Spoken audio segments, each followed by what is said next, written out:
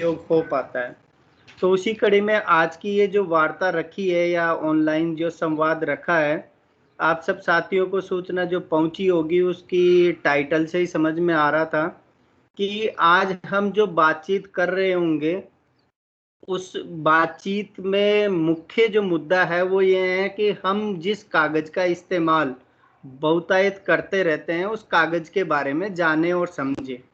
तो उसमें बहुत सारे पर्यावरण के मुद्दे हो सकते हैं, उसमें बहुत सारी गणित के मुद्दे हो सकते हैं, उसमें बहुत सारे आर्थिक मुद्दे हो सकते हैं, उसमें बहुत सारे राजनीतिक एक कारण भी हो सकते हैं, तमाम तरह के पहलू हो सकते हैं कागज को लेके। तो कोशिश करते हैं कि आज कुछ सामान्य बातचीत हम करेंगे जिसमें खास तौर से हम गणित की कुछ पहलुओं को लेके और उस पर बातचीत कर रहे होंगे। ऐसा नहीं होता है कि इंसान ने इस कागज का इस्तेमाल नहीं किया होगा।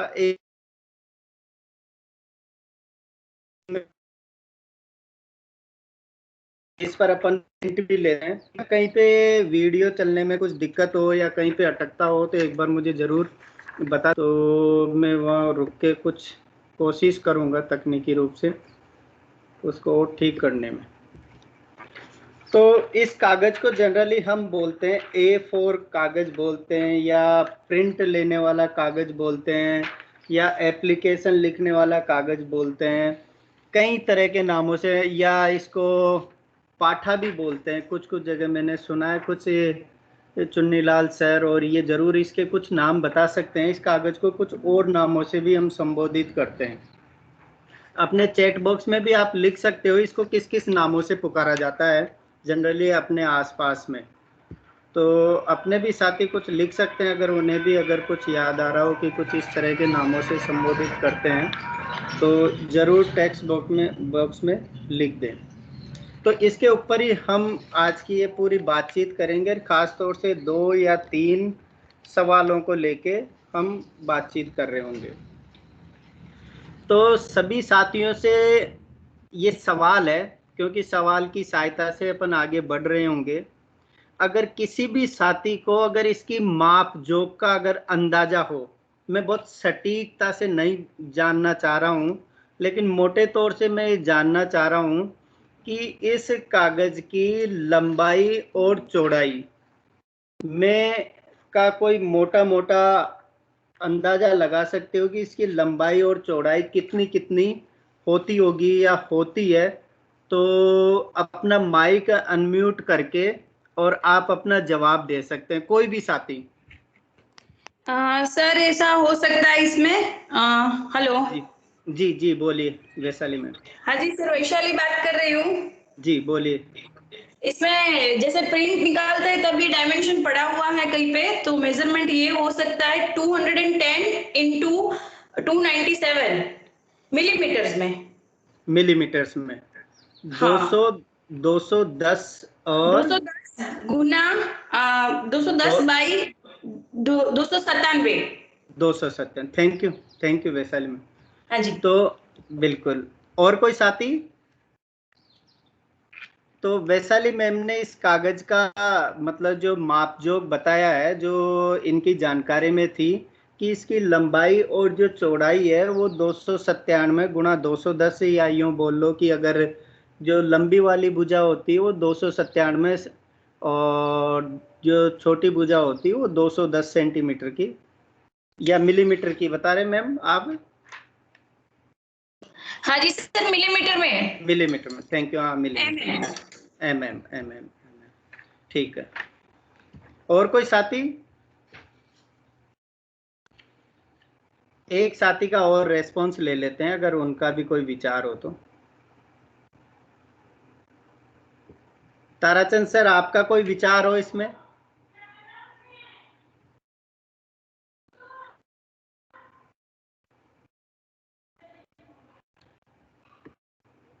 सुन पा रहे हैं ताराचंद सर? ठीक है, जी जी जी बोलिए सर। हाँ सर, आवाज आ रही है सर, आ रही है। हाँ सर, ये सही मैम का सही लग रहा है मुझे। लगभग 21 बाई 30 बता रहे हैं ये, मतलब कि सेंटीमीटर में माने तो ये अच्छा 297 लगभग 30 सेंटीमीटर होगा। 30 सेंटीमीटर। तो ये लगभग लगभग लगा के आप देख रहे हैं, तो इसका मतलब है कि आप पुराने कोई ना कोई अनुभव से तो जोड़ रहे हैं। स्केल आपके पास बड़ा वाला होता है, कई बार रिम निकाल के जरूर उसको पूरा स्केल रखते हैं, तो एक पूरा स्केल आ जाता है शायद वो बड़ा वाला। हाँ हाँ सर, हाँ। ठीक है, ठीक है। तो ये बात सही है। और मैम ने बहुत ही मतलब गणितीय जो इसकी मापजोक होती है वो तो 297 गुणा 210 इसकी mm में होती है। सेंटीमीटर में बदलें तो 10 का आप इसमें भाग वो कर लीजिए तो सेंटीमीटर में आ जाएगा। तो इसी पे कुछ बातचीत करेंगे कि ये 297 और 210 ही क्यों रखा गया है। ये एक सोचने वाला प्रश्न है, आप जरूर इस पे चिंतन करिए। इसको 30/21 ही कर लेते, क्यों इसको 297 और 210, मतलब बहुत ही अटपटी माप है। मतलब ऐसा नहीं लग रहा है कि इसको या तो 30 सेंटीमीटर का ले लेते और उधर 21 सेंटीमीटर का ले लेते, या यूं कहें कि अगर ये 297 है तो इसको 300 mm की ले लेते, या अगर मान लो कि वो 210 है तो इसको 200 ले लेते। क्यों इस तरह का ये मतलब जमता नहीं है, मतलब इस तरह की माप जोक लेने के पीछे क्या कारण रहा होगा, जरूर इस पर आप अपनी प्रतिक्रियाएं दीजिए और इसके आंसर पे आएंगे। लेकिन मैं कुछ कुछ सवालों को अभी यहाँ पे उभारना चाहता हूँ कि देखिए कि इसमें किस किस तरह की चीजें हो सकती है। दूसरा प्रश्न ये है कि कुछ साथियों को जरूर इसके बारे में कभी चर्चा में आया होगा कि अगर इस कागज की अगर आकार को देखा जाए तो ये क्या आयत है, वर्ग है, घन है या घनाभ है। इन चारों में से अगर ऑप्शन दिया जाए तो ये कौन सी आकृति का दिखलाई पड़ता है। इसका अगर आकार देखा जाए तो कौन सा आकार होगा, आयत है, वर्ग है, घन है, घनाभ है। जी rectangle sir. Rectangle. Saraswati ma'am बोले या वैशाली मैम बोले, दोनों का एक साथ अनम्यूट हुआ था। आयत है सर। आयत, सरस्वती मैम, ठीक है। वैशाली मैम आप कुछ बोल रहे थे। हाँ रेक्टेंगल सर। अच्छा आयत है, ठीक है। और कोई सर मैम, अपने साथी भी जरूर प्रतिक्रिया दे। अविचल सर ये क्या है, आयत है, वर्ग है, घन है या घनाभ है। सर ये आयत है। ये आयत है, ठीक है, धन्यवाद सर। और एक साथी का और लेते हैं, विनोद सर भी कुछ बोल रहे हैं। अच्छा वो तो लाइक कर रहे हैं, ठीक है। हेलो जी जी हाँ दिनेश सर जी बोलिए प्रकाश जी। घनाभाकार है, घनाभाकार अच्छा, लगता है मेरे को तो। आपको ये घनाभाकार लगता है, ठीक है। दीपक सर आपको क्या लगता है। जैसे सर गणित की परिभाषाओं में जाएंगे तो ये घनाभ लगता है, लेकिन जैसे ऐसे साधारण तौर पर हम जैसे आम जीवन में देखते हैं तो आयत के रूप में हम इसको ऐसे देख पाते हैं, लेकिन अच्छा। गणित की परिभाषाओं में हम घनाभ में रखेंगे इसको। अच्छा ठीक है, ताराचंद सर कुछ बोल रहे हैं। जी बोलिए ताराचंद जी। हाँ सर, घनाभ है सर, घनाभ। घनाभ है, पक्का सर घनाभ है। हाँ सर। अच्छा ठीक है, तो ठीक है। ये इस तरह का एक प्रश्न था जो अमूमन हम इसका खूब सारा इस्तेमाल करते हैं और गणितीय परिभाषाएं और नियमों का भी हम कई तरह की जानकारी रखते हैं, लेकिन सच में उन सब समझ का इस्तेमाल हम हमारे सामने जब चीज़ें आती है तो उनको उसमें लागू करके देख पाते हैं या नहीं देख पाते हैं। तो आप सही कह रहे हैं, प्रकाश जी है, ताराचंद सर है और दीपक सर है। और तो इसको अगर पूरे को अगर देखा जाए इस कागज को, तो आप ये निश्चित रूप से कह सकते हैं कि इसकी एक लंबाई भी है, ये इसकी चौड़ाई भी है और ये इसकी मोटाई भी है। अब ये मानवीय दृष्टि का फेर हो सकता है कि कई बार हम इस तरह की मोटाई को नगण्य मान लेते हैं, लेकिन सच में मैथमेटिकली तो इसकी कोई ना कोई मोटाई होती ही होती है। तो दोनों तीनों साथियों का जो जो घनाभाकार जो इसको आकार देने की बात कर रहे हैं, वो इसकी लंबाई, चौड़ाई और मोटाई को देखने की बात कर रहे हैं। लेकिन कुछ साथी जो है कि अगर इसके केवल एक फेस की बात की जाए या एक पृष्ठ की बात की जाए तो इसके सामने वाला जो पृष्ठ है वो एक रेक्टेंगल है, पीछे वाला पृष्ठ भी एक रेक्टेंगल है, लेकिन इसके ये साइडों में अगर देखा जाए तो ये 4 पृष्ठ और होंगे जिसकी लंबाई, चौड़ाई और मोटाई निश्चित रूप से होगी, जो घनाभ के तौर पे इसको देखा जा सकता है। या यूं भी सर, जी जी बोलिए। वैसे आम जीवन में जब काम कर रहे होते हैं तो ज्यादातर लोग बात रखते हैं तो इस तरीके से रख पाते हैं कि एक आयताकार कागज लीजिए। हाँ, तो वो दोनों ही सिचुएशन है कि अगर गणितीय ढंग से हम देख पा रहे हैं जब तो घनाभ का रूप है ये, लेकिन आम जीवन में हम इसका उपयोग कर रहे हैं जैसे कला वाले करते हैं या फिर पेपर फोल्डिंग वाले करते हैं, तो वो इसी तरीके से कहते हैं कि एक आयताकार कागज लीजिए, इसको वर्गाकार करिए। तो इस तरीके से भी है, उस पर भी कुछ अपना मत रखिए सर। बिल्कुल, तो सही कह रहे हैं प्रकाश जी। अमूमन हम अपनी डे टू डे लाइफ में इस तरह का शब्दों का इस्तेमाल जरूर करते हैं, लेकिन अगर देखा जाए आयत और वर्ग की अगर डेफिनेशन को अगर देखते हैं और आयत और वर्ग में देखा जाए तो उसकी लंबाई और चौड़ाई होती है, उसकी कोई मोटाई नहीं होती है। अगर आयत और वर्ग की डेफिनेशन में जाते हैं तो उसके 2 विमाएं होगी, एक लंबाई होगी और एक चौड़ाई होगी, उसकी मोटाई बिल्कुल शून्य होगी, मतलब मोटाई होगी नहीं। तो अब आप सोचिए या एक गणितीय लॉजिक लगाते हैं कि संसार में ऐसा कुछ हमें दिख सकता है क्या, मतलब फिजिकल वर्ल्ड में, जिसकी कुछ मोटाई नहीं हो और हमें दिख जाए? ये संभव ही नहीं है। ये मैथमेटिकली आइडिया है कि जिसकी केवल लंबाई हो, चौड़ाई हो और मोटाई नहीं हो, क्योंकि मोटाई होगी नहीं तो हम तो उसे उठा भी नहीं सकते, हम तो उसे पकड़ भी नहीं सकते, हम तो उसे छू भी नहीं सकते। जब मोटाई नहीं होगी तो हम उसे छुएंगे कैसे? तो गणितीय अगर उस लॉजिक से अगर जाते हैं तो आयत, वर्ग, वृत्त, त्रिभुज और इस तरह की चाहे किसी भी बहुभुज, तो कोई सी भी चाहे नियमित आकृति हो चाहे अनियमित और नियमित किसी भी तरह की आकृति हो, लेकिन उसमें मोटाई नहीं होती है। तो मोटाई नहीं होती है तो इसका मतलब वो पूरा का पूरा आइडिया हमें एक वैचारिक लेवल पे ही उसको समझना होता है। लेकिन जैसे ही अगर मोटाई होने लगती है तो वो फिजिकल वर्ल्ड में अस्तित्व में आने लग जाती है। तो वहां पे फिर उसकी जैसे घन और घनाभ या प्रिज्म या पिरामिड और तमाम उस तरह की जो आकार आकृतियां होती है, आकार होते हैं, वो हमें देखने को मिलने लग जाते हैं, विजिबल होने लग जाते हैं। हम उसे छू सकते हैं, हम उसे उठा सकते हैं, हम उसे देख सकते हैं, हम उसे महसूस कर सकते हैं, उस तरह की बातें होती हैं। लेकिन यही है कि अब आम जीवन में हम कमरे को भी आयताकार बोल देते हैं।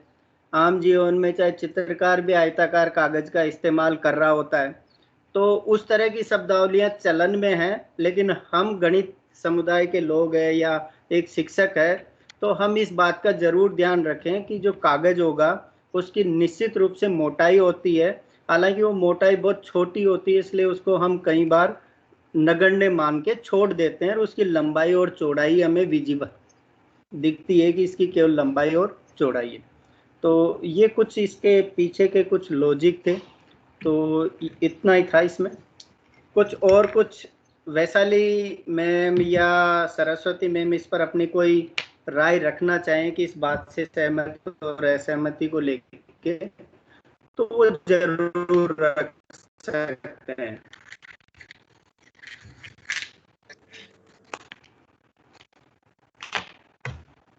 जी जी अनम्यूट, वापस म्यूट हो गया मैं।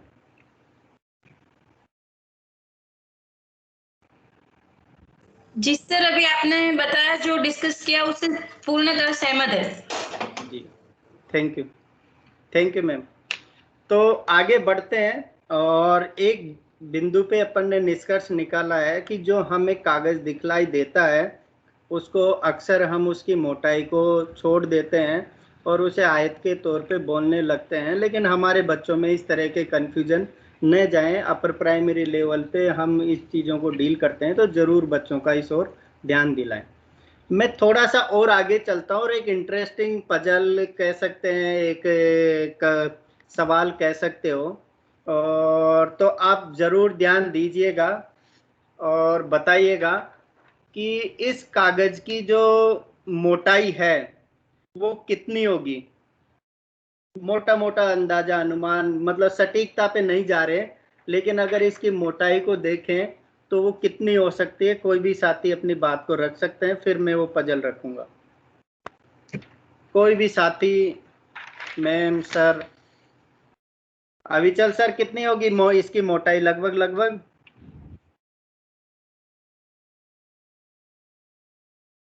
इसकी सर की कागज की मोटाई? कागज की मोटाई सर, ये जो इसका प्रिंट करवाते हैं ना, अपना एप्लीकेशन लिख के और फिर इसकी फोटोकॉपी करवाते हैं, वर्कशीट बनाते हैं, इसकी मोटाई। इसको जीएसएम में नापा जाता है, कितने जीएसएम का पेपर है? पता नहीं सर जीएसएम का तो, लेकिन अपन तो फोटोकॉपी कराने वाले कागज की बात कर रहे हैं सर। जी जी जी। इसकी कितनी मोटाई तो मुझे लगता है कि 0.5 मिलीमीटर होती होगी। 0.5 मिलीमीटर? वो कैसे, कुछ सूत्र कहाँ से मिले? जी सरस्वती मैम, आप रखे अपना विचार रखिए। मैं हाँ सर, ये जो सर बता रहे हैं वो सही है, 0.5 ही होगी। कैसे? क्योंकि अभी मेरे पास इंच टेप है, तो मैंने यही चीज देखी है कि कितना हो सकता है। तो आपने कागजों को तो अच्छे से दबा लिया था या खुले खुले कागज है, बीच में हवा को भी माप लिया? नहीं सर, कागज नहीं है तो वो तो सर ऐसे देख के एक अनुमान है, अनुमान एग्जैक्ट नहीं। अच्छा अच्छा, ठीक है। तो आप भी अविचल सर के साथ में उस विचार के साथ में जाना चाह रहे हैं कि 0.05 mm। तो इसके तरीके क्या हो सकते हैं? हमारे पास तो ऐसा स्केल तो है नहीं कि एक कागज को माप ले। कुछ तरीके समझ में आ रहे हैं, कुछ जुगाड़ी रास्ते कि एक कागज की मोटाई को कैसे माप सकते हैं। क्यों प्रकाश जी?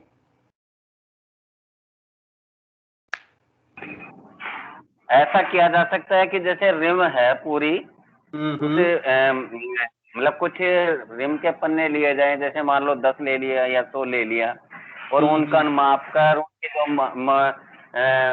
लंबाई आ रही है उसके हिसाब से फिर उसकी गणना की जा सकती है। मैंने वैसे किया नहीं है, लेकिन ऐसा आइडिया हो सकता है कि उनको एक तय में जमा कर उसको माप कर फिर जितने पन्ने हैं उनका भाग देकर डिवाइड करके उनको अलग किया जा सकता है।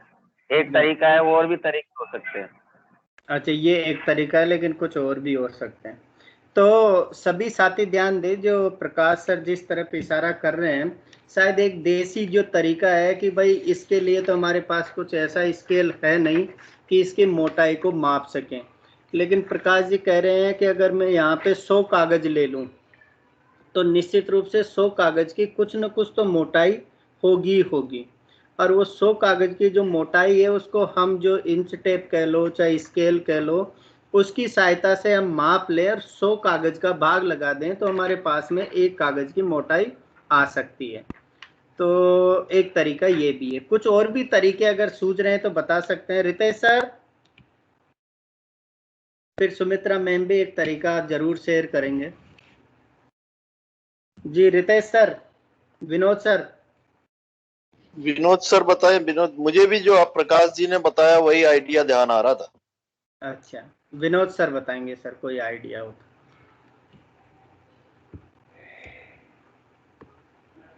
विनोद जी, विनोद सर शायद लीव हो गए, दिख नहीं रहे मुझे।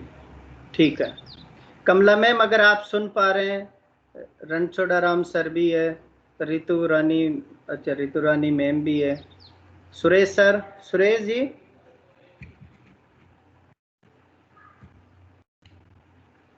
सुरेश सर। यही आइडिया है कि एक नंबर ऑफ कागज का एक रिम की मोटाई नाप सकते हैं, 500 कागज होते हैं तो उसके हिसाब से कैलकुलेट कर सकते हैं। जी जी जी जी। तो ये भी आइडिया वही प्रकाश जी की वाला ही है कि एक रिम होती है और रिम एक व्यवस्थित होती है और अच्छे से दबी हुई होती है, कंपनी की तरफ से भी वो दबा के और उसको फिर फोल्ड करके देते हैं। तो आप और सब स्कूलों में जनरली प्रिंटर तो है ही, रिम भी खरीद के लाते हैं। तो एक रिम में 500 पेजेज होते हैं और 500 पेजेज की हाइट को माप लें और उसको अगर देख लिया जाए कि 500 का भाग लगा दिया जाए उसमें, तो एक कागज की मोटाई उसमें आ सकती है। और अगर उसका कैलकुलेशन किया जाए अभी दिखाने करने के लिए, तो वैसा नहीं, बहुत सिंपल कैलकुलेशन भी अगर देखा जाए तो उसकी 500 पेजेज की जो मोटाई है, अगर मैम आपके पास रिम है और इंच टेप है तो आप जरूर करके देखिएगा कि 500 जो कागज है उसकी मोटाई लगभग 5 सेंटीमीटर के आसपास में आती है। तो अगर 500 कागज की जो मोटाई है वो 5 सेंटीमीटर है तो एक कागज की मोटाई 5/500 होगी। दीपक इसमें कैलकुलेटर चला दोगे क्या एक बार स्क्रीन करके? अगर हो सके तो कोशिश करो एक बार, अगर हो जाए तो। दीपक सुन पा रहे हो?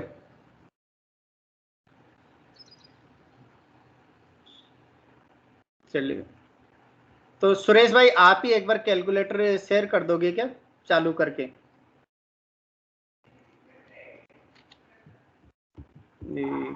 हाँ देने जी, हाँ देने। हाँ एक बार शेयर करो सुरेश जी, तो वो गणना थोड़ी समझ में आ जाएगी, तो मदद मिल जाएगी। स्क्रीन कर दो कैलकुलेटर करके।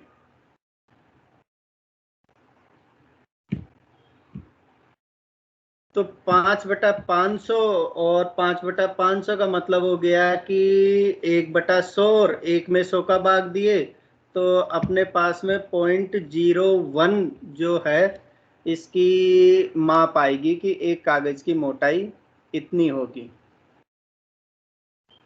0.1 mm के बराबर या 0.01 सेंटीमीटर भी बोल सकते हैं जी। 5/500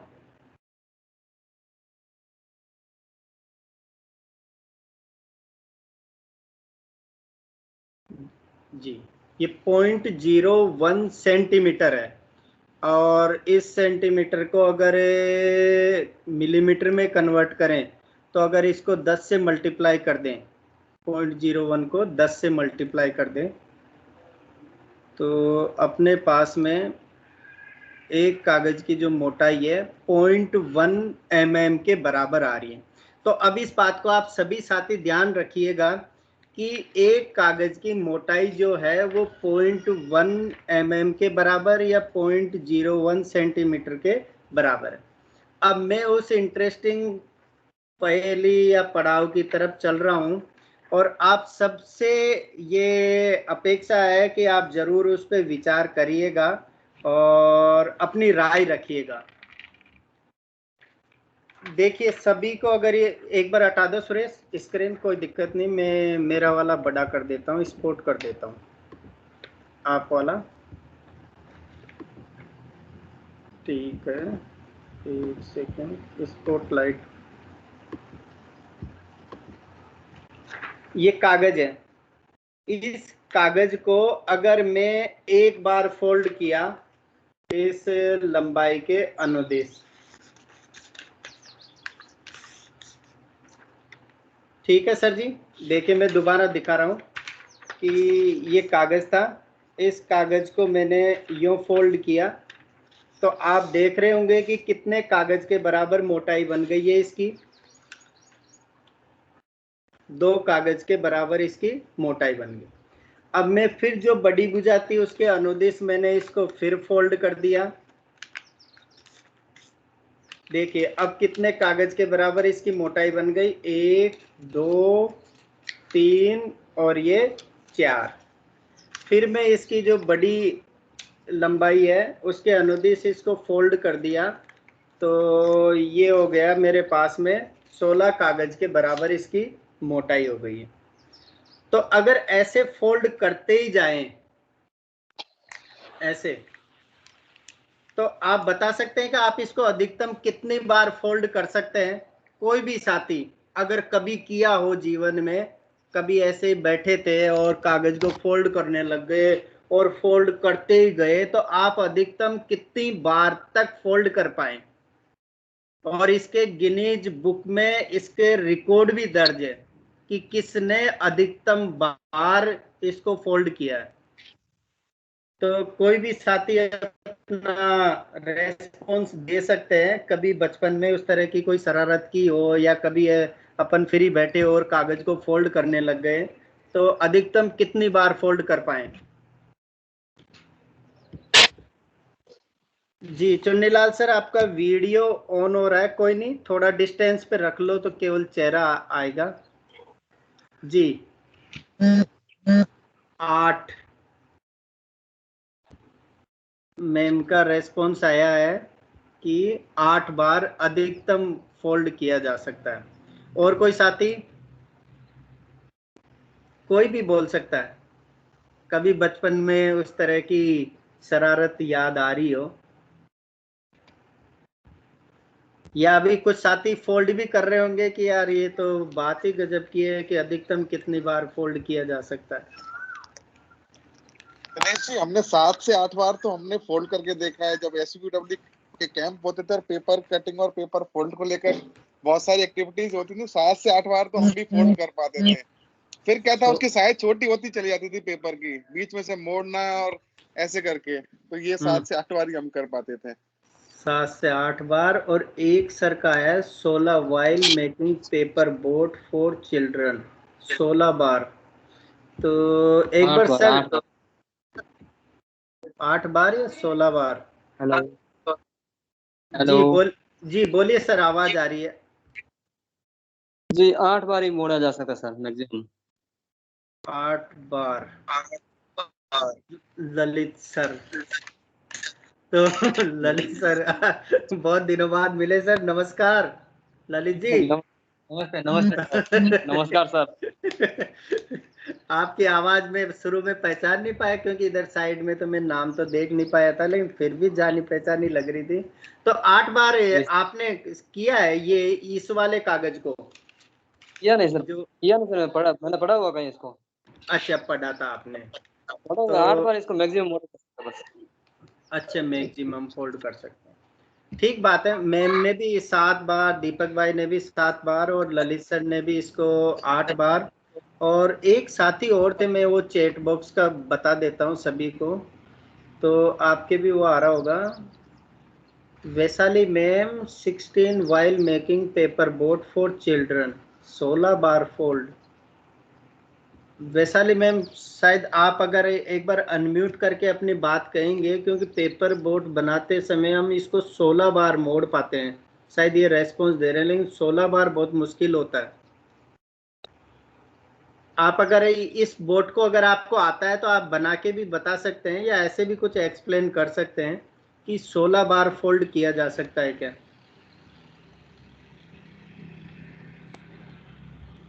सुन पा रहे हैं वैशाली मैम? कुछ मतलब ज्यादा लग रहा है मुझे, क्योंकि जिस तरीके से बाकी साथियों के भी रेस्पॉन्स आ रहे हैं और मैं यहाँ करके भी देख रहा हूँ, तो ये 4 बार के बाद में अगर देख रहे हैं हालत इतनी 1 2 3 4 और ये 5 और 5 के बाद में ये 6 और 6 के बाद में यहाँ, तो इस कागज को तो 7 नहीं कर सकता, इस वाले कागज को हो सकता है पतला कागज ले तो ये 7 पे भी जाएगा, और पतला ले तो 8 पे भी चला जाए, लेकिन 16 बार वाला थोड़ा सा कुछ ज़्यादा हो रहा है।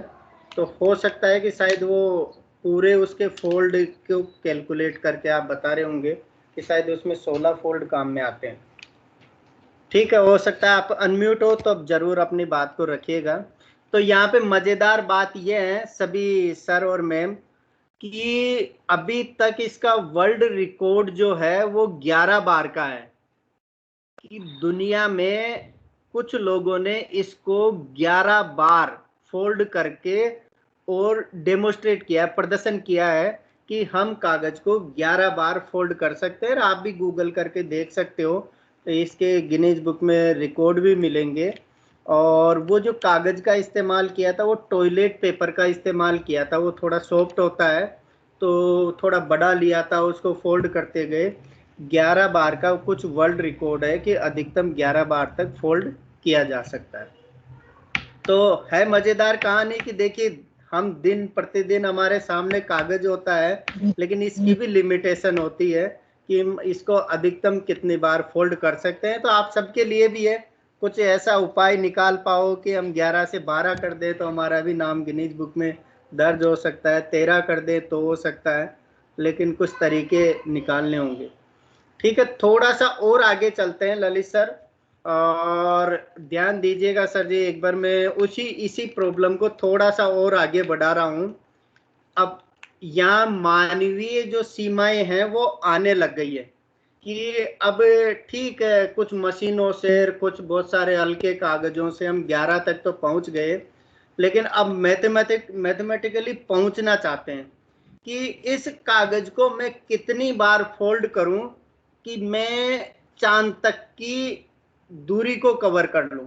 देखिए दूरी हम निश्चित रूप से कवर होगी, जैसे जैसे फोल्ड करेंगे इसकी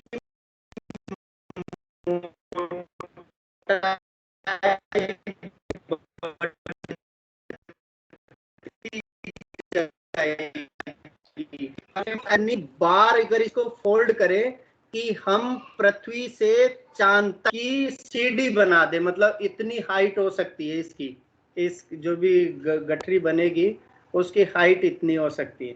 तो अगर कुछ भी अंदाजा अनुमान आप लगा पाए कि कितनी बार में फोल्ड करने से हम पृथ्वी और चंद्रमा के बीच की दूरी को कवर कर सकते हैं। थोड़ा 2 मिनट का समय लेते हैं और कैलकुलेशन, थोड़ी सी बड़ी कैलकुलेशन तो नहीं है लेकिन थोड़ा अंदाजा भी लगाएंगे तो हम इस गणित तक पहुंच पाएंगे। शायद 64 बार सर। 64 बार ललित सर का। एक बार मैं टेक्स्ट में कुछ चीजें लिख भी देता हूँ, फिर मेरे को कुछ याद रह पाएगी। 64 बार, ठीक है। और कोई साथी? सही और गलत यहाँ पे इतना मैटर नहीं करेगा, मैटर ये है कि हम उस तरह की सोच में शामिल हो पाए। एक सर और रिकॉर्ड किसका नाम है जिसने 11 बार काम मोड़ा, वो बताइएगा। या वो नाम तो थोड़ा अटपटाई था, मैं भी बोल रहा हूँ, लेकिन गूगल पे मिल जाएगा सर इजीली। ठीक है सर, ढूंढूंगा। मैं अभी ढूंढ के मैं भी सेंड कर दूंगा, व्हाट्सएप कर दूंगा आपको। जी ओके। ठीक है, अविचल सर बता रहे हैं 42 बार। और कोई sir? Ma'am, Tarachand sir?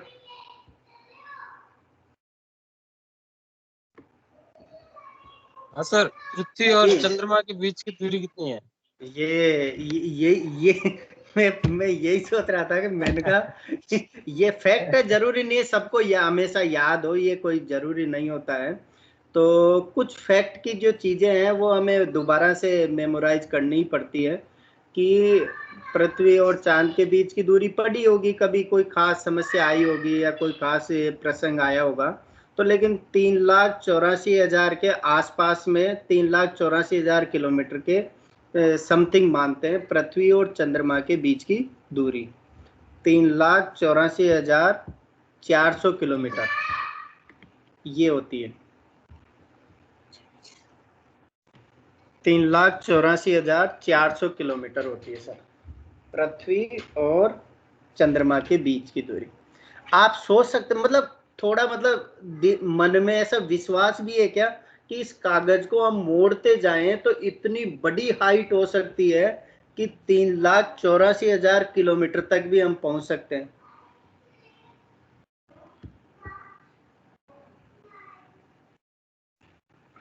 Ghanshyam sir भी जुड़े हुए हैं।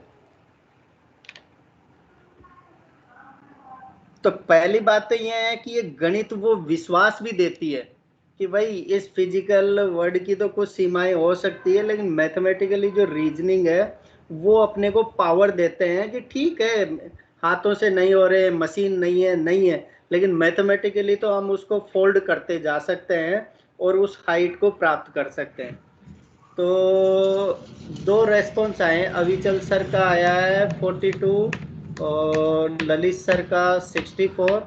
और भी कुछ साथियों का हो सकता है, कुछ अगर रखना चाहें रख सकते हैं, कोई भी सर, मैम। कमला मैम सुन पा रहे हैं आप? कमला बिस्ट। रणछोड़ सर, रणछोड़ आराम सर। ठीक है, कोई नहीं।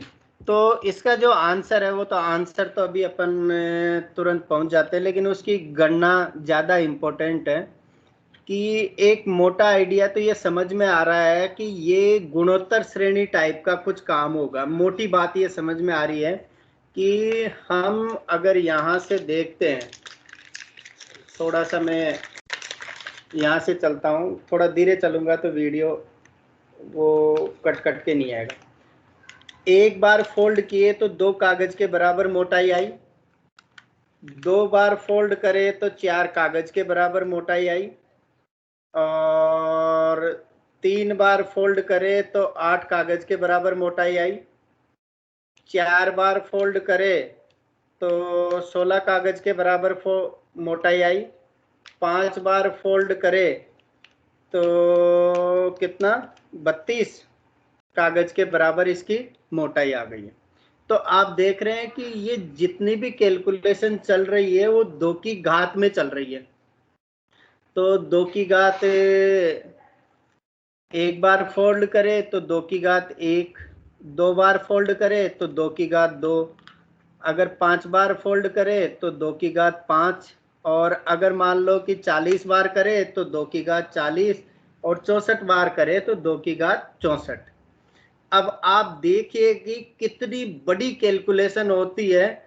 कि एक बार सुरेश भाई इसका कैलकुलेटर चलाओगे तो वो कैलकुलेशन दिखा देते हैं कि थोड़ा सा ऐसे इंटरेस्टिंग मतलब लगेगा कि कितनी तेजी से वो कैलकुलेशन बढ़ती है और हम चांद तक पहुंच सकते हैं।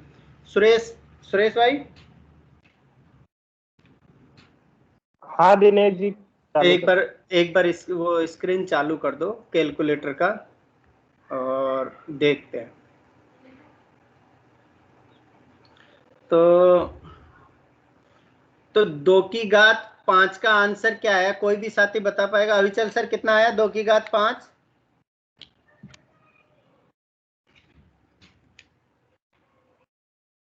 32 सर। 32। और 2 की घात 10 कितना आ गया? 32 गुना 32। एक बार सुरेश भाई यहाँ 32 गुना 32 कर दो। 32 गुना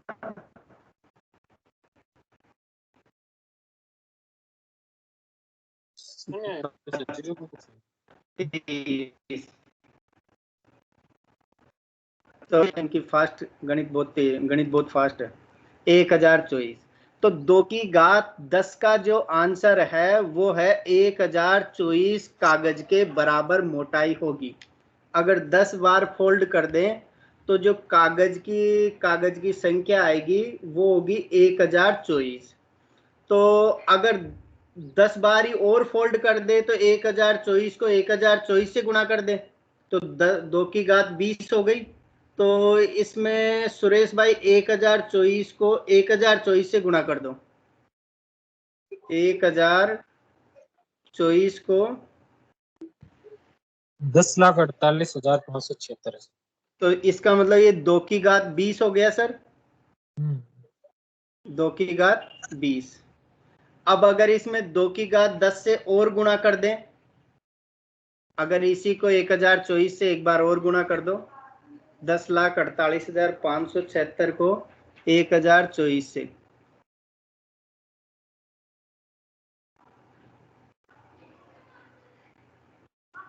इसी को अगर एक बार और 1,07,37,41,42,000। कोई बात नहीं, लेकिन इसको एक बार और 1024 से गुणा कर दो।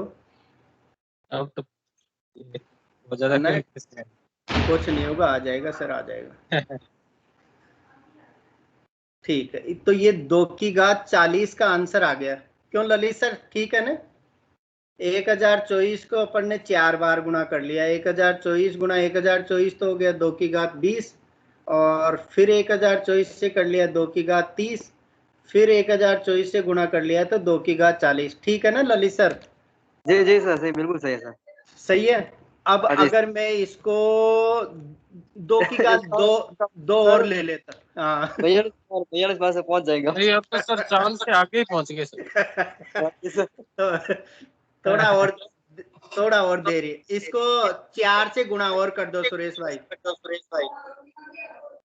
4 से गुणा कर दो सर। तो ये 2 की घात 42 है सर। मतलब अगर 42 बार इस कागज को फोल्ड कर दें तो, हालांकि अब ये गिनना तो मेरे लिए भी चुनौती भरा है, लेकिन ये कोई संख्या है और इतने 099 इंटू 10 की 12 आ रहा है सर, 10 की पावर 12। 10 की पावर 12, 2 2 4 2 6 2 8 2 10 2 12, 4 गुणा 10 की घात 12। ठीक है, कोई बात, लेकिन ये तो कागज की संख्या है।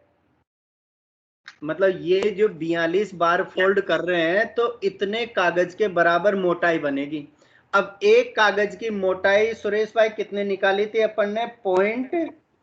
0.1 mm निकाली थी जी, यही निकाली थी। ठीक है, ठीक है, 0.1 mm निकाले थे। अब mm को सेंटीमीटर में कन्वर्ट करने के लिए हमें क्या करना पड़ेगा? 10 का भाग देना पड़ेगा। फिर मीटर में कन्वर्ट करने के लिए 100 का भाग देना पड़ेगा, और फिर किलोमीटर में कन्वर्ट करने के लिए 1000 का और भाग देना पड़ेगा। तो 3 और 2 5 7 के बाद में दशमलव लगेगी। जी ललित सर बोल रहे थे कुछ? ना जी सर, कुछ नहीं, सही है, मैं तो देख रहा था, गिन रहा हूँ। अच्छा अच्छा, ठीक है। तो इसमें अगर 7 गिन के दशमलव लगा दो इसमें कहीं पे, तो 1 2 3 4 5 6 7, तो ये जो है संख्या 4,39,804, 4,39,804 किलोमीटर। ये कहीं पे वर्ड फाइल पे लिख दो। लगभग चांद पर। लगभग चांद से आगे सर। जी सर। ये 4,39,804, क्योंकि अपन ने देखी थी जो ताराचंद सर का सवाल था कि पृथ्वी और चांद के बीच की दूरी कितनी है, तो वो 3,84,000 और 3,84,400 किलोमीटर थी। तो 41, चांद से हम लोग 55,000 किलोमीटर आगे निकल चुके हैं। अरे वाह, घटाने का काम भी कर लिया अविचल सर। अच्छा, आगे पहुंच गए तो वापस आना पड़ेगा, लेकिन ये गणित की मजबूरी है कि ये 41 के बाद 42 पे जा रही है, तो ये चांद से आगे ले गई।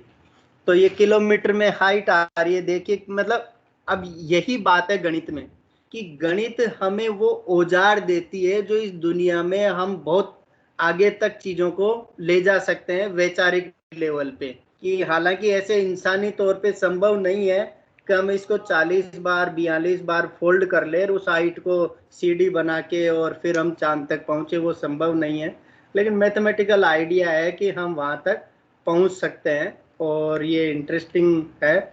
आप भी जरूर अपने घर में पढ़ने वाले बच्चों को, अपने आस पड़ोस के बच्चों को, बुआ भतीजे के बुआ के लड़के या अपने घर के भतीजों को जरूर बताइएगा कि यार इसको करके देखिए, कितनी बार आप फोल्ड कर सकते हो, और अगर फोल्ड करते ही जाएं तो कितने कागज के बराबर अगर 20 बार फोल्ड कर दें। क्योंकि जनरली गुणोत्तर श्रेणी और समांतर श्रेणी कह कह के हमने गणित को कई बार इतना बोझिल बना देते हैं कि ये गुणोत्तर है और ये समांतर श्रेणी है, जबकि इसमें साफ समझ में आ रहा है कि ये 2 की पावर के रूप में चल रही है। जो भी सीरीज चल रही है वो 2 की पावर के रूप में आगे बढ़ रही है। तो मैं यहाँ पे थोड़ा सा रुकता हूँ, और किसी भी साथी का कोई विचार हो तो वो रखिए। जी सुमित्रा मैम कुछ बोल रखना चाह रही है अपनी बात। जी सुमित्रा मैम रखिए।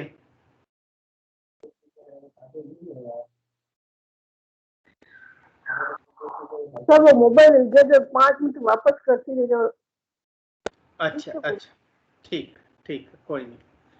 तो यहाँ तक की बातचीत में अगर किसी भी साथी के अगर कोई कंफ्यूजन हो या किसी साथी के मन में कोई शंका हो कि बात गले नहीं उतर रही है, तो जरूर अपना विचार रख सकते हैं, या सहमत है तो आप टेक्स्ट बुक में लिख भी सकते हैं कि एग्री है, या कोई सवाल है तो वो भी आप रख सकते हैं, जिससे कि एक सार्थक चर्चा हो सके।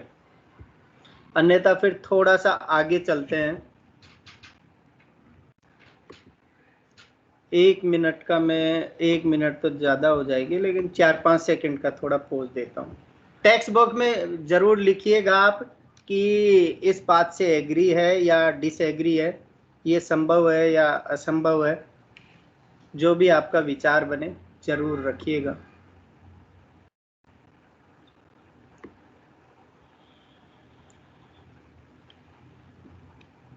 वैशाली मैम सुन पा रहे हैं आप जरूर अपनी प्रतिक्रिया रखिएगा। वर्षा जी,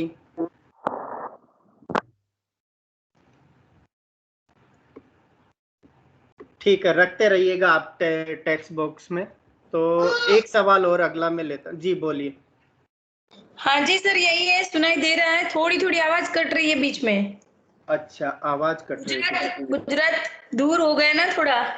अच्छा अच्छा, ठीक है। तो बस वही बातचीत की थी कि इसको कितनी बार फोल्ड करें कि हम चांद तक पहुंच जाएं। मैं व्हाट्सएप पे भी वो सवाल का हल भेज देंगे, अगर कहीं कोई आवाज में बीच में ब्रेक आया होगा तो इसके सॉल्यूशन भी भेज देंगे मैम। ठीक है, थोड़ा और आगे बढ़ते हैं। Thank you sir. ठीक है, और 1 सेकंड जी। तो एक और विचारणीय प्रश्न है, और जरूर इस पे हम विद्यालयों में बच्चों के साथ कागज को कैसे इस्तेमाल करना चाहिए, कागज का मिसयूज नहीं करना चाहिए, तमाम तरह की बातचीत हम करते हैं। लेकिन वो गणित हमें एक ऐसा मतलब साधन या कह सकते हैं कि टूल देती है, जो इंसान को सोचने को सच में मजबूर कर देती है कि हमें इसका बेतहाशा मतलब मिसयूज नहीं करना चाहिए, बहुत ही सावधानी पूर्वक इसका इस्तेमाल करना चाहिए। क्योंकि कागज जो है वो फैक्ट्री में वैसे तैयार नहीं होता है, ये पेड़ की बलि चढ़ने के बाद ही कागज तैयार होता है। और हम सब विद्यालयों में बच्चों के साथ में इस तरह की बहुत सारी बातचीत करते हैं, लेकिन इसको थोड़ा गणितीय ढंग से समझने की कोशिश करते हैं। और कुछ डेटा है, वो डेटा मैं आपके सामने रखता हूं, और आप ये बताइएगा कि दुनिया भर में अगर कागज का अगर इस्तेमाल देखा जाए तो कितने कागज का इस्तेमाल एक व्यक्ति वर्ष भर में करता होगा। अगर इस बात का कोई भी अंदाजा, अनुमान, कुछ भी कैलकुलेशन अगर आपके पास हो या कुछ भी जानकारी हो कि एक इंसान जो है एक वर्ष भर में औसतन कितना कागज का इस्तेमाल करता होगा। लेकिन आप ये भी कह सकते हैं साहब मैं तो एक ही कागज का इस्तेमाल नहीं करता साल भर में, ऐसे हो सकते हैं कई साथी। अब मजदूर है तो वो तो कहाँ कागज का इस्तेमाल करता, नहीं करता। लेकिन फिर भी एवरेज पूरी दुनिया भर पे निकाला जाए कि हमारी यहाँ पे पूरी दुनिया में अगर 7 अरब की आबादी है, और अगर उसमें कागज की खपत को देखा जाए, तो अगर उसके कहीं पर भी आपको डेटा मिले तो आप शेयर करिए कि वर्ष भर में हम एक व्यक्ति कितने कागज का इस्तेमाल कर लेते होंगे। रफ आइडिया भी चलेगा।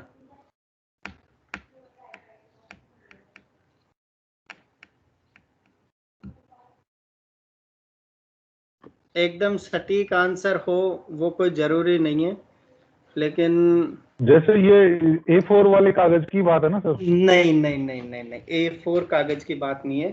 किसी भी तरह का, चाहे वो अखबार का इस्तेमाल हो, चाहे वो पॉलीथीन कागज की थैली का इस्तेमाल हो, चाहे हम कोई पैकिंग खरीद के लाते हैं उसमें कागज लगा हुआ हो, लेकिन तमाम चीजों में कागज इस्तेमाल होता है।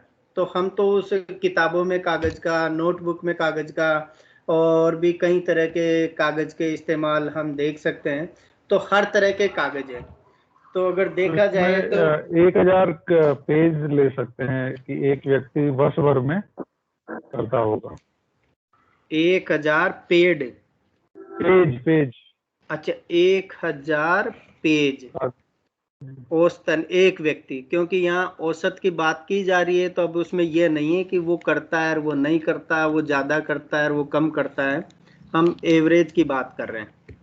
ठीक है, आपका विचार है कि वर्ष भर में 1000 कागज के बराबर इस्तेमाल करता होगा। और कोई साथी? Lalit sir, Tarachand sir, Sumitra ma'am, Anil sir भी तो थे,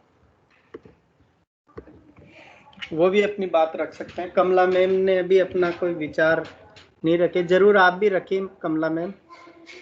मजेदार बात है, ये सोचने को मजबूर करती है इस तरह की कई चीजें कि दुनिया भर की अगर कैलकुलेशन कर ली जाए तो एक व्यक्ति कितने कागज का इस्तेमाल करता होगा।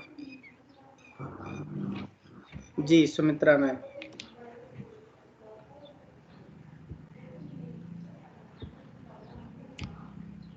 नितेश सर, आपका कोई विचार?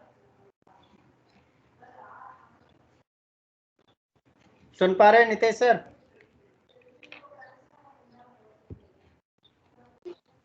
क्या कह रहे हो, नितेश या नितेश? नितेश सर, कोई ये दीपक का अनुमान ठीक ही लग रहा है। अगर जैसे किताब जो हम पढ़ते हैं उसको अगर ऐड करें या ना करें इसमें, किताब में जो कागज लगता है किताबों में सभी तरह का इस्तेमाल। हाँ, तो कोई एक छोटा बच्चा भी, वो कई तरह की किताबें उसके साल भर के लिए होती है, तो वो उसके पेजेज ही गिन लिया जाए तो वो तो अगर 10 किताबें उसके पास है 50-50 पेज के, तो वो 500 पेज हो जाते हैं। तो ये अनुमान ठीक है कि ये 1000 अनुमान मुझे ठीक लग रहा है। ठीक लग रहा है 1000 पेज। ठीक है, एक बार ललित सर का भी विचार जान लेते हैं। जी ललित सर। 1000 तो मिनिमम है, बहुत कम है सर, शायद 4-5 हजार तो यूज कर रहे होंगे लोग। 1000 तो आपका अनुमान पहुंच रहा है कि 1000 से ऊपर होगा। हाँ सर, हमारा पूरा जीवन ही कागजों से घिरा हुआ, आसपास कितने हम दिन भर मैंने कितने कागज यूज करते हैं। दुकानदार तो पर्ची पे पर्ची बनाता रहता है। और सर सुबह न्यूज़पेपर आता है, न्यूज़पेपर में कितने कागज वेस्ट होता है। बिल्कुल, हर घर में न्यूज़पेपर आता है। हर घर में आता है सर, और बाजार से कोई भी सामान खरीदते हैं अपन, वो कागज की पैकिंग बनी होती है। और ऐसा कोई ऑफिस नहीं होता जिसमें 10-20 पेजों की डाक डेली नहीं जाती हो। वही सर, और कागज डेली अपन जितना भी बाजार से सामान खरीदते हैं उसमें भी कागज कहीं ना कहीं तो यूज होता ही होता है। कोर्ट कचहरी में तो न जाने कौन कौन से कागज प्रिंट करवा लेते हैं, टाइप करवा लेते हैं। और सर पैसों का काम सबका पड़ता है, वो नोट से कागज से बनते हैं। बिल्कुल, हाँ ये बात भी है। तो ये सही है, और ये कुछ आयाम है जो उस तरह का सोचने को मजबूर करते हैं कि वर्ष भर में शायद हम 1000 या 1000 से ज़्यादा कागज, या ये मिनिमम की रेंज में भी हो सकते हैं। तो ऐसे कुछ, क्योंकि ऐसा मुश्किल भी नहीं है, वो उस गणना में अपन नहीं जाएंगे कि वो, क्योंकि वर्ष भर में जहाँ भी फैक्ट्रियाँ लगी हुई होती है वहाँ पे कागज का उत्पादन होता है, और उसकी अपनी कैलकुलेशन होती है कि वर्ष भर में हमने कितने कागज का उत्पादन किया और कितने की खपत हो गई। तो वो सटीक डेटा अपने को मिल जाता है, और ये आपको भी मिल जाएगा गूगल पे या जैसे भी आप निकालोगे, वर्ष भर में भारत में या राज्य में कितना कागज का उत्पादन हो रहा है, देश, किसी भी देश में कितना, कौन सा देश ज़्यादा उपयोग कर रहा है, कौन सा देश कम कर रहा है, और कितने करोड़ तो बच्चे ही है, जो बच्चे पढ़ रहे हैं तो वो तो अमूमन वर्ष भर में कितने कागज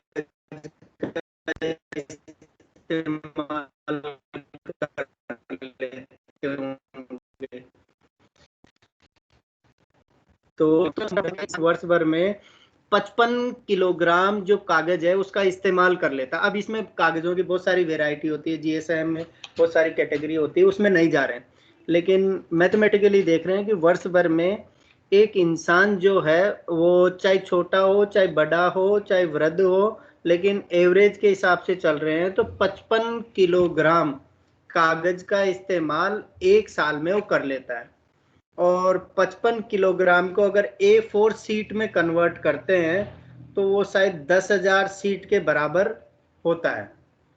कि 55 किलोग्राम का बाट अगर रखा जाए और A4 सीट के कागज दूसरी तरफ रखे जाएं तो अगर सीट की संख्या देखते हैं, वो कैलकुलेशन कर सकते हैं, 10,000 सीट के बराबर होता है। जो सही ललित सर भी उस अंदाजे की तरफ जा रहे थे, दीपक और नितेश सर भी, कि 1000 से तो वो कुछ ज्यादा ही होगा।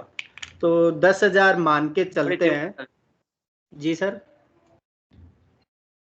बड़ी चिंता का विषय है ये सही बात। अब ये डेटा सोचते ही समझ में आता है कि वो चिंता होने लगती है कि सच में इतना कागज का इस्तेमाल हम कर रहे हैं कि ऑन एन एवरेज एक इंसान 10,000 सीट का इस्तेमाल कर रहा है, तो कितने पेड़ों का कत्ल हो रहा होगा, कितने पेड़ बलि चढ़ रहे होंगे। और मतलब वो कैलकुलेशन समझ सकते हैं अपन। लोगों के काम धंधे भी इससे जुड़े हुए होते हैं, रोजगार भी होते हैं, लेकिन पर्यावरण वाले एंगल को हम समझ सकते हैं कि कितना नुकसान हो सकता है। इसीलिए कई बार कोशिश करते हैं 21वीं सदी में कि पेपर का मतलब जितना आवश्यक हो उतना ही इस्तेमाल करना चाहिए, वेस्टेज नहीं करना चाहिए, पेपर को रिसाइकल करने पे जोर दिया जाना चाहिए, वो बिल्कुल गार नहीं बन जाए, रिसाइकल करके दोबारा से फिर दूसरी चीज़ों में उसका इस्तेमाल करें। ऐसा नहीं है कि हर बार फ्रेश कागज़ का इस्तेमाल करें। तो इस तरह की तमाम चीज़ें जो है हम लोग सोचते हैं, विचारते हैं। इंसान होने के नाते आने वाली पीढ़ी के लिए हम कुछ छोड़ के भी जाना चाहते हैं। तो ये उस तरह की चिंता थी कि हमें इस तरह के प्रश्नों पे जरूर सोचना चाहिए। तो इस पर बस मैं यहीं पे आपको एक गणितीय सवाल दे रहा हूँ, रख रहा हूँ मंच में, कि 10,000 जो सीट है उसकी हाइट कितनी हो जाएगी अगर 10,000 सीट को एक के ऊपर एक, एक के ऊपर एक, एक के ऊपर एक रखते जाएं, तो वो जो हाइट है वो कितनी हो जाएगी।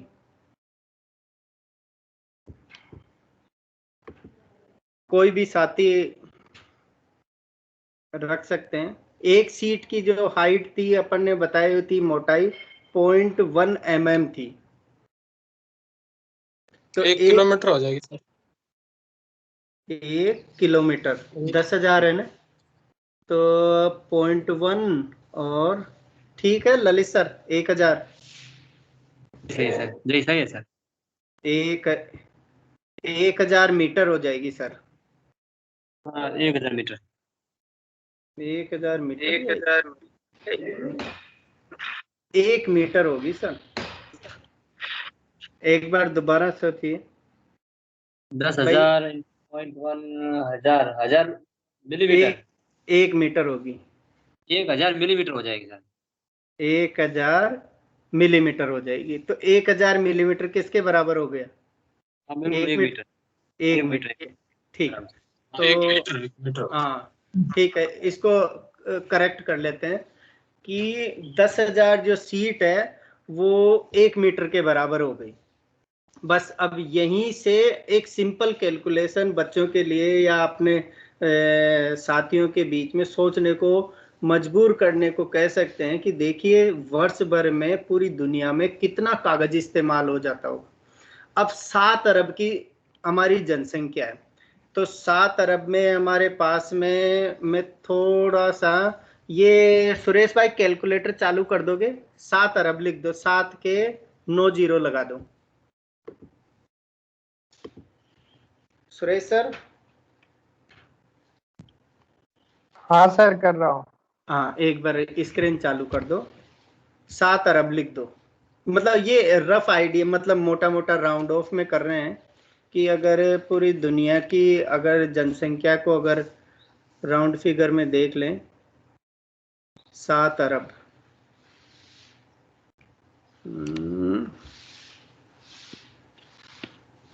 हो गया क्या? इकाई, दहाई, सैकड़ा, हजार, 10,000, लाख, 10 लाख, करोड़, 10 करोड़ और अरब, 7 अरब।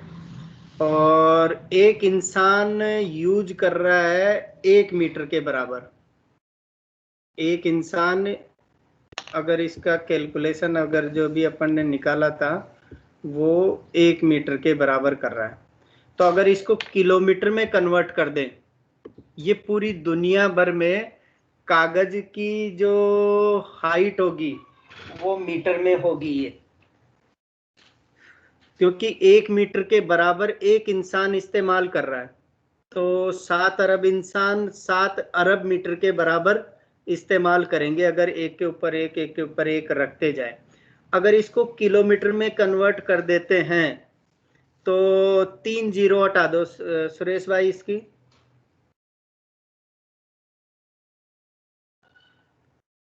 नहीं हाँ ठीक है, 1000 का भाग लगा तो ये अपने पास में हो गए कायदा सैकड़ा, 1000, 1000, लाख, 10 लाख, 70 लाख किलोमीटर के बराबर, मतलब वो हाइट ले सकता है एक के ऊपर एक सीट रखते जाएं।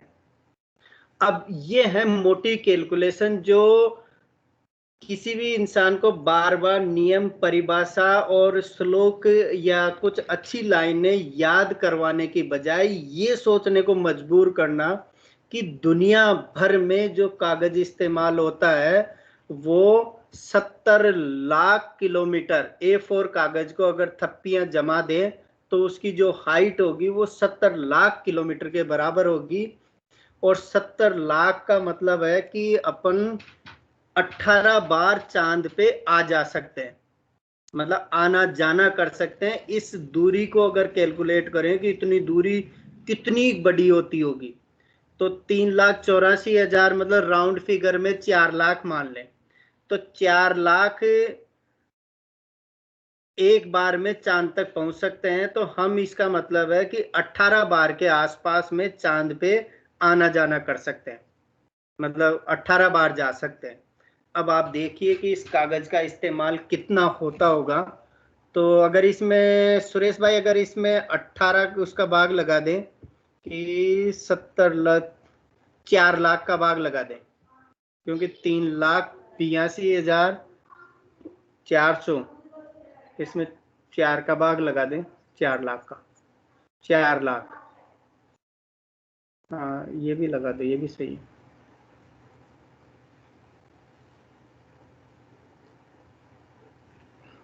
$3,84,400, वेरी गुड। तो ये देखिए एक कैलकुलेशन जो निकल के आई है कि हम 18 बार चांद पे जा सकते हैं। तो ये छोटी छोटी कैलकुलेशन है जो शायद आपके हमारे समाज के लिए और कई तरह के, चाहे बड़े बुजुर्ग हो चाहे बच्चे हो, उनके लिए इस तरह के जो संवाद होते हैं वो गणितीय ढंग से अगर उस पर सोचते हैं तो चिंता होने लगती है कि सच में हम एक वर्ष में ही दुनिया भर में इतने कागज का इस्तेमाल कर लेते हैं। अगर उसकी थप्पियां लगा दें तो 18 बार चांद पे जाके जा सकते हैं। तो यही था आज के लिए, इसमें ये तीसरा सवाल था। तो इस पर ललित सर सहमति है या इस पर कुछ डिसएग्रीमेंट है? आप अपनी बात रख सकते हैं, और भी सर लोग रख सकते हैं। अविचल सर आप भी अपनी बात रखें। इस बात पर तो चिंता है और कुछ नहीं सर। अच्छा चिंता है चिंता होनी भी चाहिए सर, ये बात सही है। इसीलिए अपनी पाठ्य पुस्तकों में इस तरह के कुछ चीजें, एनवायरनमेंट को हम कितना नुकसान पहुंचा रहे हैं सर। बिल्कुल। मुझे लगता है कि इतनी 70 लाख किलोमीटर की दूरी तय कर सकते हैं और उन कागजों को रखते हुए, तो एक अनुमान ये भी लगाया जाना चाहिए कि इतने कागज की खपत के लिए कितने पेड़ काटे जाते होंगे।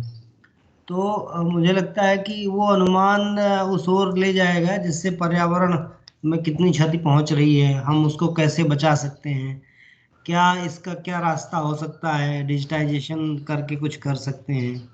तकनीकी ने तो काफ़ी कुछ कम करने की कोशिश की है, तो वो एक अलग एंगल हो सकता है। जी सही कह रहे हैं, ये मैं भी सोच रहा था उस समय जब इसको कर रहे थे, बना भी रहे थे। तो एक सटीक डेटा सच में अगर वो मिल जाए तो ढूंढने पे मिल जाएगा, मुश्किल तो नहीं है कि 1 किलोग्राम कागज को बनाने के लिए मतलब कुल मिला के सेलुलोज की जरूरत होती है। तो सेलुलोज पेड़ों से ही मिलता है, तो कितने पेड़ को काटने पर वो सेलुलोज प्राप्त होगा।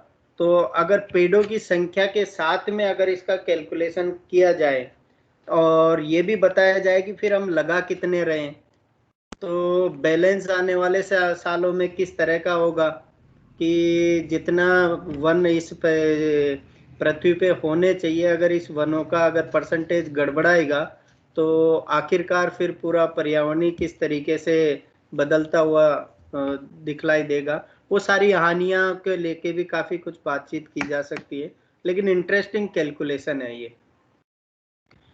ठीक है, और कोई साथी भी, हालांकि बहुत सारे सवाल है और मैंने बहुत ज्यादा इसको लंबे समय के लिए नहीं रखा है। हर सप्ताह अपन कुछ कुछ अगली बार जरूर कागज के ऊपर, जैसे अविचल सर ने कुछ एंगल दिया है, इसको जोड़ते हुए कुछ और 2-3 चीजें इसी कागज के ऊपर रिलेटेड है जो अपने को एक इंसान होने के नाते सोचने को मजबूर करती है। कुछ और बातचीत इसकी अगली कड़ी में करेंगे। तो आज अपन ये 3 या 4 प्रश्नों पे ही कम समय के लिए और सहज भाव से, क्योंकि आप सब साथी कहीं ना कहीं किसी काम में या उसमें भी एंगेज होंगे, कोई दिक्कत नहीं है। तो आपको आज के सत्र के बारे में अगर कुछ भी अपनी बात राय रखनी है तो जरूर रख सकते हैं कि इस तरह की चीज़ों को जरूर आगे बढ़ाया जाना चाहिए, नहीं बढ़ाया जाना चाहिए, या हमारे लिए सार्थक है, अपनी बात रख सकते हैं। जो साथी अपने विचार नहीं अभी तक नहीं रखे हैं वो भी रख सकते हैं। हेलो सर, कमला बात कर रही हूँ। जी जी बोलिए। तो एक्चुअली मैं मतलब जब मैंने ये टॉपिक ही देखा कि कागज की कहानी गणित की जुबानी, तो इतना इंटरेस्टिंग टॉपिक था कि मैंने सोचा इसमें जाना ही है। एक्चुअली मैं गणित के बैकग्राउंड से नहीं हूँ, लेकिन फिर भी वो टॉपिक इतना इंटरेस्टिंग था तो मैं आ गई इधर। फिर मैं बीच में जब हम चर्चा कर रहे थे तो मैं सोच ही रही थी कि आखिर मतलब कागज फोल्ड कराने का और ये सब ऑब्जेक्टिव क्या होगा। तो जिस तरीके से आपने उसको लास्ट में उसको एनवायरनमेंट से जोड़ा तो दैट वाज अमेजिंग। तो मैं यही सोच रही थी कि बच्चों को मतलब किस तरीके से एक डेटा के साथ दिखाया जा सकता है कि देखो बच्चा, हम कितना कागज का यूज करते हैं, उसके एनवायरनमेंट को कितना हार्म होता है। तो वो एक मतलब एक्टिविटी के थ्रू पूरा जो आपका थ्रू आउट मतलब पूरा जो सेशन था वो एकदम एंगेजिंग था, क्योंकि गणित की काफी चीजें हो रही थी और तो मैं बीच में बोल नहीं रही थी, जस्ट समझने की कोशिश कर रही थी। पर मुझे लगा कि इसने आपके इस सेशन ने मुझे एक नया पर्सपेक्टिव दिया बच्चों के साथ एंगेज करने का। तो थैंक यू सो मच। और आई थिंक नेक्स्ट सेशन जो भी होगा मैं वेट करूंगी आपके सेशन का। ठीक ठीक, थैंक यू मैम। ठीक है, और कोई साथी अपना विचार रख सकते हैं। ममता जी भी जुड़ी हुई है, ममता जी भी अपनी बात रख सकते हैं। हाँ दिनेश भाई, मैं थोड़ा सा देर से जुड़ी थी क्योंकि वो लिंक दीपक जी की उसमें मैंने देखा था लिंक, तो फिर मैंने ज्वाइन किया। मेरी बड़ी इच्छा थी, सुबह से ही मैं देख रही थी कि ये जो टॉपिक आपका है ये बहुत ही इंटरेस्टिंग मुझे भी लग रहा था कि किस तरीके से आप इसको लेकर जा रहे हैं, तो बहुत ही अच्छा है।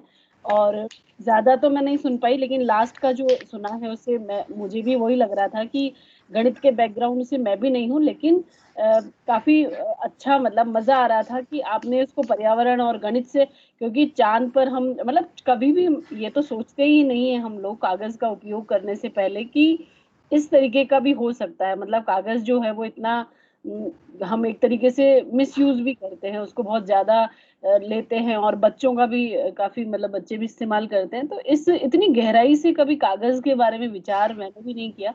काफी अच्छा सेशन है आपका। और अविचल जी ने जो कहा वो बात भी बहुत इंपॉर्टेंट है कि इसको पर्यावरण से किस तरीके से हम जोड़कर देख सकते हैं। तो एक तरीके से पर्यावरण का इंटीग्रेशन तो इसमें है ही ऑलरेडी। मुझे बहुत अच्छा लगा आपका सेशन, अच्छा है, ज्ञानवर्धक है। आगे भी जुड़ूंगी मैं अगली बार जब आप करें। ठीक है, और कमला में मैं अपना एक छोटा सा अनुभव और यहाँ पे रख दूं, शायद आपको वो एंगल अगर इस पूरी चर्चा से मिला है। तो हमारे एक सिरोही में अजीम प्रेम जी स्कूल है और वहाँ पर भी एमडीएम चलता है और पहली से 8वीं तक के बच्चे हैं। प्राथमिक कक्षाएं तो उस तरह की कैलकुलेशन नहीं कर पाते, लेकिन अपर प्राइमरी के जो बच्चे हैं वो भोजन को कई बार उतना नहीं लेते, सीमा से ज़्यादा ले लेते हैं और फिर वो वेस्टेज जाता है। तो एक एक्सपेरिमेंट के तौर पे इस तरह की चीज़ें भी की गई कि अगर पाव रोटी का भी अगर वेस्टेज करें, या अगर आधी पाव मतलब उसका पाव का भी अगर आधा कर दिया जाए उस रोटी का भी अगर एक बच्चा वेस्टेज करता है, और हम यहाँ पे अगर 112 बच्चे हैं और पूरी राज्य में इतने स्कूल है और पूरे अगर देश में इतने स्कूल और इतने बच्चे उसमें अध्ययनरत है, और अगर मान लो कि 2-2 घास या आधा पाव रोटी के बराबर अगर उसकी कैलकुलेशन को अगर लेके और आगे बढ़े 1/8 से भी, तो कितनी ज्यादा वेस्टेज हम कर रहे हैं और इसको कैसे बचाया जा सकता है। मारने पीटने या दबकाने से वो कैलकुलेशन, वो मतलब वो सेंस नहीं आता है, वो अवेयरनेस नहीं आती है। लेकिन जब अगर थोड़े से बच्चे 7वीं 8वीं 9वीं में जाते हैं तो इस गणित को समझने लगते हैं कि सच में हम कितने लोगों की मतलब पेट भर सकते थे अगर हम ये वेस्टेज नहीं करते तो ऐसे तमाम चीजों में हो सकता है। पानी के वेस्टेज को लेके हो सकता है, कागज के वेस्टेज को लेके हो सकता है। जो बात हम हमारे बड़े बुजुर्गों में वो सब संस्कृति रही है कि अन्न को वेस्टेज नहीं करना है, एक दाना भी वेस्ट नहीं करना है, क्योंकि वो पूरी की, हालांकि उसको जोड़ के माइथोलॉजी से जोड़ के देखते थे कि ऊपर जाके सजा मिलेगी, वो मिलेगी, लेकिन असली भाव उनका यही था कि कुल मिला के कि कोई भूखा नहीं सोना चाहिए, हर व्यक्ति को मिलना चाहिए, हमें जितने पे भूख है हमें उतना ही खाना चाहिए और बाकी को वेस्टेज नहीं करना चाहिए। तो तमाम तरह की चीजें हैं कि इस अवेयरनेस की चीजों को हम कैसे गणित को जोड़ते हुए लोगों को कम्युनिकेट कर सकते हैं। तो एक एक बूंद टपकती रहती है, तो वर्ष भर की वो कैलकुलेशन भी आपने खूब फेसबुक व्हाट्सएप पे कई तरह के वीडियो चलते रहते हैं, कितने पानी का वेस्टेज कर देते हैं। तो ठीक है, आज का सत्र इन्हीं चीजों को लेकर था। जरूर अगली बार में 2-3 और कागज के ऊपर इंटरेस्टिंग जो फैक्ट है, तो एक फैक्ट तो मैं अभी बता देता हूँ, बाद में जरूर आप इस पे गूगल करिए या साथियों से पूछिए कि कागज की जो ये लंबाई और चौड़ाई का जो खास जो अनुपात है, आप निकाल के देखिए कि लंबाई में चौड़ाई का भाग लगा के देखिएगा, चाहे वो A3 कागज ले लो, चाहे A4 ले लो, चाहे A6 ले लो, आप कोई सा भी कागज लेके उसकी लंबाई में चौड़ाई का भाग लगाइए और वो क्या आता है, क्या हमेशा एक जैसा ही आता है या अलग अलग आता है। एक जैसा आता है तो वो क्यों आता है, उसके पीछे की क्या कहानी हो सकती है, और कुछ 2-3 और चीजें होगी जो मैं आपको व्हाट्सएप पे शेयर कर दूंगा, उन पे अगले सप्ताह चर्चा करेंगे। धन्यवाद। रितेश सर, नितेश, बाकी और कोई साथियों को कुछ बोलना है तो अपनी बात रख सकते हैं, अन्यथा चर्चा को यहीं पे विराम देंगे। सर मेरा एक और डाउट था, मतलब जब आपने स्टार्टिंग में जब हमारी चर्चा, मतलब आपने चर्चा शुरू करी कि वो कागज दिखा के कि इसका शेप क्या है, आयताकार है या फिर घनाभ है, तो मतलब आपने जिस तरीके से घनाभ का तर्क दिया वो तो क्लियर हो गया मेरे दिमाग में कि हाँ ये घनाभ ही है, और शायद आयत जैसी कोई चीज है ही नहीं, अस्तित्व में नहीं, हमको दिखता है बट आयत है नहीं। तो अब यहाँ पे सोचने वाली ये बात है कि जब हम छोटे बच्चों को गणित मतलब पढ़ाते हैं, सिखाते हैं, तो हम उनको बेसिक जो शेप होता है कि गोल, चौकोर, और मतलब इस आयत, वर्ग और त्रिभुज, मतलब ये जो 4 शेप हैं वो उनका इंट्रोड्यूस कराते हैं उससे। तो अब वो हम कैसे कराएं, मतलब मेरे दिमाग में वो सवाल तभी से आ रहा था कि अब हम ये कैसे करेंगे, कैसे शेप मैं सिखाऊं, मैं कभी अगर बच्चे को सिखाती हूँ तो कैसे सिखाऊंगी। बिल्कुल, ये बहुत ही मजेदार बात है, और सभी विषयों से इस गणित विषय का जो शिक्षण शास्त्र है जिसको अपन पेडागोजी कहते हैं, और इस पे जरूर अच्छी 1 घंटे 1.5 घंटे की बातचीत करेंगे कि इसीलिए विषयों की जो पेडागोजी होती है वो हर विषय की कुछ डिफरेंट होती है, और जो पेडागोजी होती है वो सब्जेक्ट नेचर और सब्जेक्ट के जो उद्देश्य हैं और शिक्षा के उद्देश्य हैं, इन सब तमाम बच्चे कैसे सीखते हैं और आकलन क्या चीज़ है, इन 4-5 चीज़ों को मिला के और फिर पेडागोजी बनती है। अब इस पे अभी के लिए तो इतना ही कह सकते हैं कि सच में गणित तो अमूर्त है, लेकिन हम प्राथमिक कक्षाओं में बच्चों की उम्र को ध्यान में रखते हुए अमूर्त चीजों को नहीं डील कर सकते हैं। वो उम्र स्तर जो 6, 7, 8, 9, 10, 6 से 10 साल के आयु वर्ग में हमें कॉन्क्रीट या मूर्त चीजें लेके ही बच्चों को अवधारणाएं सिखानी चाहिए। मतलब ये एकदम अपवाद के तौर पे लगता है, लेकिन सीखने के सिद्धांतों से वो फिट बैठता है वहां पे।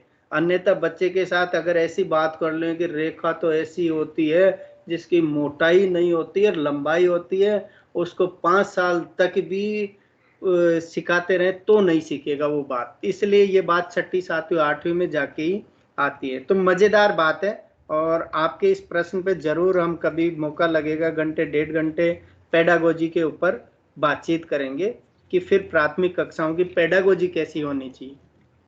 ठीक है, इस सवाल को जरूर हम नोट करेंगे और जरूर इस पे बातचीत करेंगे।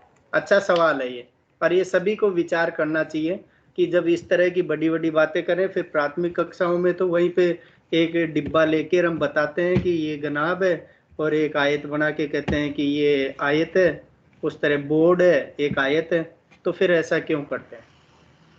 ठीक है, धन्यवाद। मैं रितेश जी फिर कॉल को समाप्त किया जाए। हाँ ठीक है, ठीक है, तो सभी का बहुत बहुत धन्यवाद और अपना ध्यान रखिएगा। और कोई भी बात हो या कोई भी हम लोगों के साथ शेयर करने जैसी चीजें हो, किसी भी स्थिति में जरूर शेयर करते रहिएगा इन विषम परिस्थितियों में। ठीक है, धन्यवाद सभी से। 1 सेकंड मैंने आज, ठीक है, ठीक है, धन्यवाद सभी।